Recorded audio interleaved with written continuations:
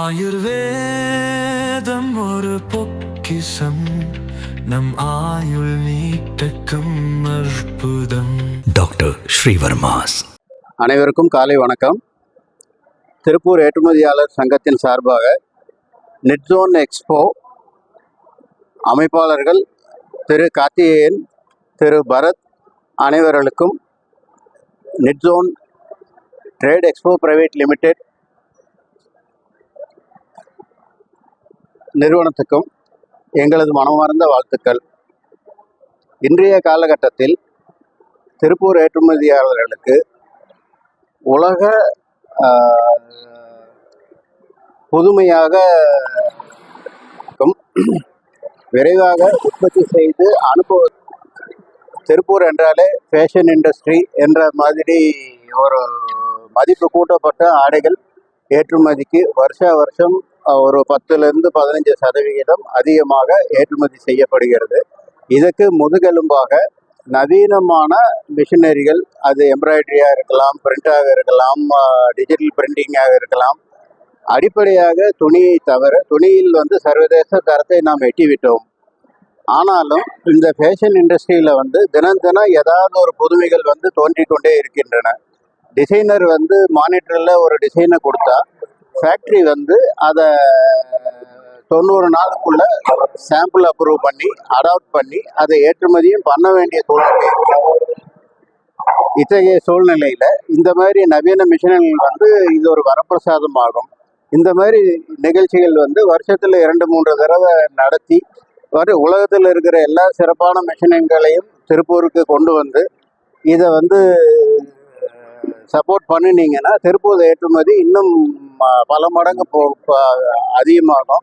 இப்போ இருக்கிறது ஒரு 36,000-40,000 கோடி பண்ணிட்டு இருக்கிறோம். இதை 1 லட்சம் கோடி இலக்கா நம்ம அடுத்த 5 வருஷத்தில் வச்சிருக்கிறதுனால இந்த மாதிரி மிஷின் எக்ஸ்போ இதுக்கெல்லாம் நல்ல வரவேற்பு இங்கே கிடைக்கும் அப்படின்னு உறுதி கூறிட்டு, இந்த வாய்ப்பு பங்களாதேஷில் இறக்குமதி நம்மகிட்ட வேட்டுன்னு இருக்கும்போது பெருசாக இறக்குமதி வாய்ப்பு இல்லைங்க. ஜிஎஸ்டி வந்ததுக்கப்புறம் அந்த இன்புட் டேக்ஸ் எடுத்துக்கிறதுனால அவங்களுக்கு அந்த ஒரு 18% அட்வான்டேஜே கிடைக்குது. இப்போ இருக்கிற அரசியல் சூழ்நிலைகளில் அதுக்கு ஒரு தடை போட்டிருக்கிறது திருப்பூர் பனியன் உற்பத்தியாளர்களுக்கு ஒரு நல்ல சப்போர்ட்டான செய்தியாகும். உற்பத்தி ஏறக்குறைய அங்கேருந்து வர்றதுல திருப்பூர் டொமஸ்டிக்கு நல்ல வாய்ப்புங்க.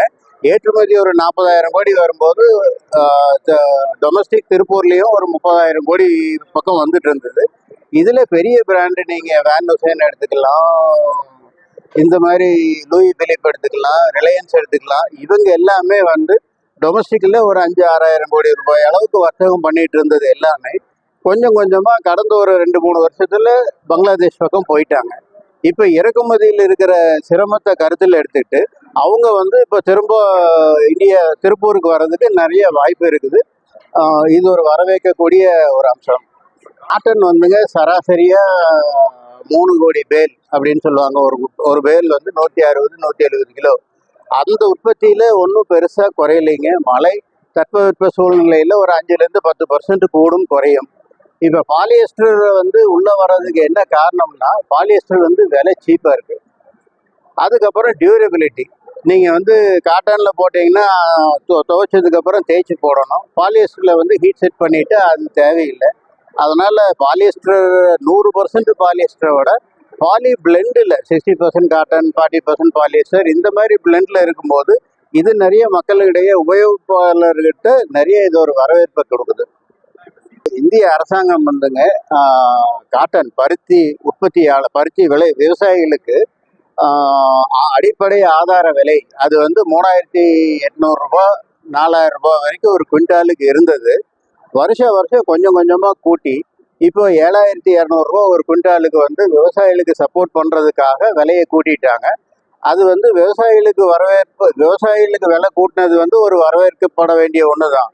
ஆனால் காட்டன்கிறது இன்னைக்கு இன்டர்நேஷ்னல் கமாடிட்டி ஆயிடுச்சு. ஸோ முதல்ல வரும்போது நமக்கு சர்வதேச மார்க்கெட்டை விட ஏறக்குறைய 15-20% கம்மியாக இருந்தது. அப்போது நூல் ஏற்றுமதிகள் எல்லாம் நிறைய நடந்துட்டு இருந்தது.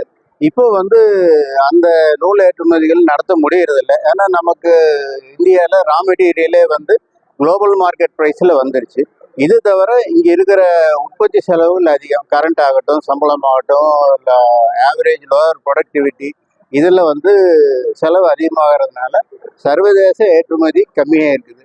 ஸோ இப்போது 30% ஆஃப் த ஸ்பின்னிங் கெப்பாசிட்டி வந்து அண்டர் யூட்டிலைஸ்டு. அதனால் வந்து ஸ்பின்னிங் மில்லுக்கு வந்து போதுமான விலை கிடைக்கிறது இல்லை.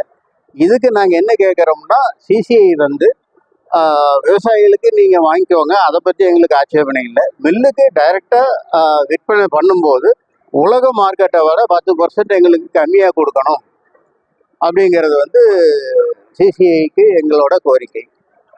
வாய்ப்பு இருக்குதுங்க. அதாவது அதாவது காட்டனில் பொறுத்த வரைக்கும் சில கண்ட்ரி மட்டும்தான் காட்டன் உற்பத்தி பண்ணுறாங்க. இந்தியா, பாகிஸ்தான், ஈஜிப்டு, இந்த மாதிரி.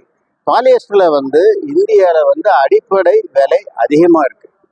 நீங்கள் பாலியஸ்டரில் போட்டி போடணும்னா கொரியா, வியட்நாம், தைவான், சைனா இவங்களோட விலைக்கு நமக்கு ஈக்குவலாக இருக்கணும். ஆனால் இந்தியாவில் வந்து பாலியஸ்டர் விலை அதிகமாக இருக்குது. 2 பேர் தான் உற்பத்தியாளர் இருக்காங்க. இந்திய விலை அதிகமாக இருக்கிறதுனால நம்மளால பாலியஸ்டரில் வந்து உலக மார்க்கெட்டில் சரிசமமாக போட்டி போட முடியறதில்லை. அதாவது ஒரு சில மிஷினை எங்கே வேணாலும் போடலாம், ஒரு சில டெக்னாலஜியை எல்லா பக்கமும் போட முடியாது.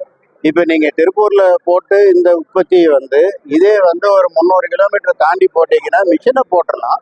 பட் அந்த டெக்னாலஜி, அந்த அடிப்படை அறிவு, விவரம் எல்லாமே வந்து அந்த தொழிலாளருக்கு வரணும். அது இன்னும் கொஞ்சம் நாள் ஆகும். கொஞ்சம் கொஞ்சமாக வந்துட்டு இருக்குங்க, வரலன்னு சொல்ல முடியாது. நம்ம காட்டனில் வந்து பரிபூர்ண நிலைமையை அடைஞ்சிட்டோம். இதுக்கு வந்து வளர்ந்துட்டு இருக்கிறோம். இன்னொரு சில ஆண்டுகள் ஆகும். நிகழ்வுகள்லாம் வந்து ஒரு 4-5 வாரத்துக்குள்ளே நடந்தது தான். அதனால் இதில் வர்ற பேப்பரில் வர்ற விஷயங்கள் வந்து வியாபாரத்துக்கு மாறுறதுக்கு கொஞ்சம் டைம் ஆகும். ஏற்கனவே டர்க்கியில் எல்சி ஓப்பன் பண்ணியிருந்தால் அந்த மிஷின் எல்லாம் வரத்தான் செய்யும். புதுசாக வந்து வியாபாரம் பண்ணலாமா வேண்டாமா அப்படிங்கிறதுக்கு வந்து இன்னும் கொஞ்சம் காலம் வெயிட் பண்ணி நம்ம அரசாங்கம் ஏதாவது அதுக்கு தடைகளோ அல்லது அந்த மாதிரி ஏதாவது இருந்தால் அந்த இப்போ டர்க்கி தவிர வேறு நாட்டுக்கு நம்ம போயிடுவோம், அவ்வளோதான். நமக்கு எந்த பாதிப்பும் வராது. கீழே இருந்து வாங்கிறது வந்து ஒரு சில மிஷின் மட்டும்தான். நீங்கள் சாயச்சாலையில் எடுத்துட்டீங்கன்னா அந்த டை டிஸ்பென்சிங் மாதிரி தான் வரும். நீங்கள் அதிகமான மிஷின்ஸ் வந்து யூரோப்பியன் பிராண்டில் சைனாவில் தயார் பண்ணி வர்றது தான் 80% மிஷின் வருது. அது மேரன்சியாக இருக்கலாம், நீங்கள் தீஸாக இருக்கலாம், வேறு எந்த மிஷினாக எடுத்துட்டா கூட European brand, made in China. இப்போ ஜப்பானில் இருக்கிற பிகாசஸ், ஜுக்கி இவங்க எல்லாமே சைனாலேருந்து தான் தயார் பண்ணி தான் வருது. அதனால் டர்க்கியில் இருக்கிறது வந்து நமக்கு ஒன்றும் பெரிய பாதிப்பு இல்லை.